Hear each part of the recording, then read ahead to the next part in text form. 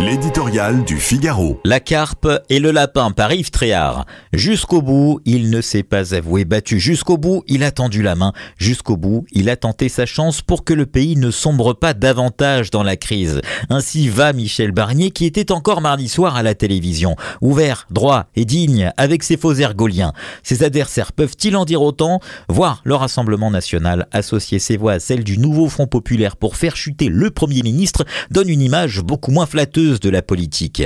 D'un coup d'un seul, il n'est plus question de ligne rouge sur tel ou tel chapitre budgétaire.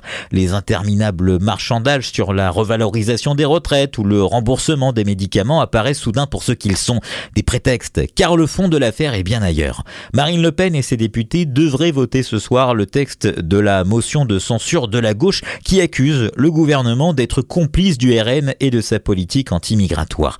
Quel peu glorieux mariage de la carpe et du lapin. Marine Le Pen refuse les concessions que lui propose Michel Barnier, mais tolère les insultes que lui envoie Jean-Luc Mélenchon.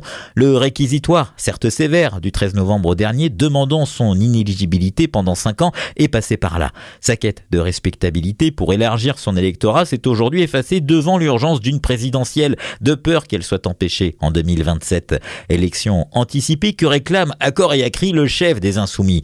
Emmanuel Macron n'a évidemment pas la même vision de l'avenir proche. De retour d'un voyage en Arabie Saoudite, il prépare un après-Barnier qui n'est pas électoral. Lui aussi veut aller vite. Pas pour les mêmes raisons. Bien sûr, la nomination rapide d'un nouveau Premier ministre éviterait sans doute, selon lui, que s'installe le débat naissant sur sa propre démission. Le chef de l'État, dans l'initiative de la dissolution, a mis le pays sans dessus-dessous, souhaite à présent montrer qu'il est un facteur de stabilité. Dans ce pays, nul n'est décidément à une contradiction près.